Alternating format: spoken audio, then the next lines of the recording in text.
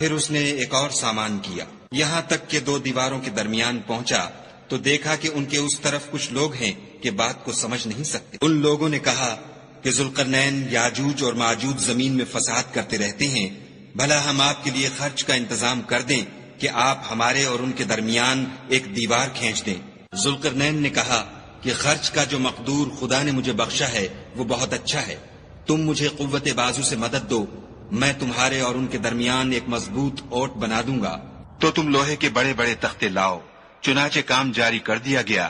یہاں تک کہ جب اس نے دونوں پہاڑوں کے درمیان کا حصہ برابر کر دیا اور کہا کہ اب اسے دھونکو، یہاں تک کہ جب اس کو دھونک دھونک کر آگ کر دیا تو کہا کہ اب میرے پاس تانبا لاؤ کہ اس پر پگھلا کر ڈال دوں۔ پھر ان میں یہ قدرت نہ رہی کہ اس پر چڑھ سکیں اور نہ یہ طاقت رہی کہ اس میں نقب لگا سکیں۔ بولا کہ یہ میرے پروردگار کی مہربانی ہے، جب میرے پروردگار کا وعدہ آ پہنچے گا تو اس کو ڈھا کر ہموار کر دے گا، اور میرے پروردگار کا وعدہ سچا ہے۔ اس روز ہم ان کو چھوڑ دیں گے کہ روئے زمین پر پھیل کر ایک دوسرے میں گھس جائیں گے، اور سور پھونکا جائے گا تو ہم سب کو جمع کر لیں گے، اور اس روز جہنم کو کافروں کے سامنے لائیں گے جن کی آنکھیں میری یاد سے پردے میں تھیں اور وہ سننے کی طاقت نہیں رکھتے تھے۔